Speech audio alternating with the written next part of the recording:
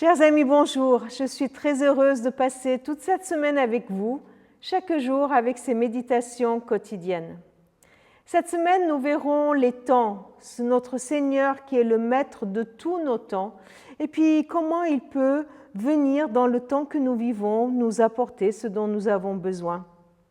Je vous propose aujourd'hui de lire le premier verset du psaume 34. « Je veux bénir le Seigneur en tout temps, que ma bouche ne cesse de le louer. » Bénir le Seigneur, c'est-à-dire dire du bien de lui, et cela en tout temps. Pas si simple que ça, non?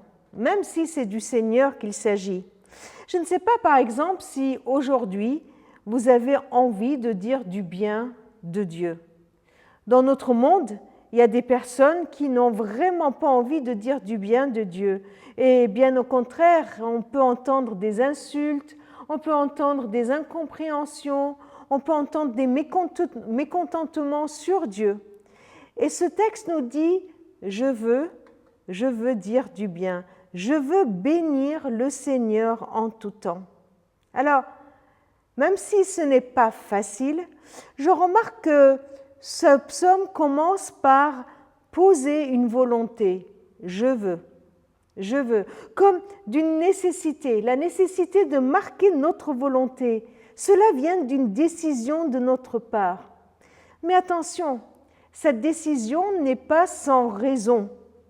Le psalmiste continue dans ce psaume et tout le long des versets qui suivent, il raconte tout ce que Dieu a fait pour lui.